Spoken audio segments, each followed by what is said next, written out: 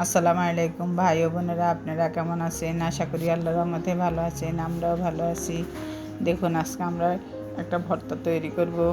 আমরা লবণ হলুদ দিয়ে মাছগুলো আগে ভেজে নিয়েছি। শাক শাক দেবো ভর্তার সাথে। আমরা লাউ শাক, দেখুন আমরা লাউ শাকগুলো ধুয়ে সুন্দর করে কুচো করে নিয়েছি। এখন কাঁচামরিচ, শাক, লবণ আমরা একটু তেলের মধ্যে হালকা ভেজে নেব। অল্প একটু তেল দিয়েছি, আর পেঁয়াজও দিয়ে দিব। দেখুন পেঁয়াজগুলো আমরা কেটে দিয়েছি, 2-3টা রসুন দিয়েছি ছোট ছোট।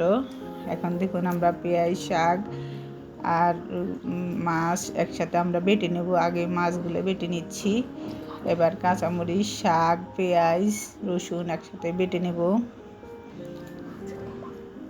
মাছের কাঁটাগুলো আমরা বেছে নিয়ে ফেলে দিয়েছি। দেখুন আমাদের ভর্তা বাটাটা হয়ে গেছে। এখন তাহিয়া টেস্ট করে দেখবে।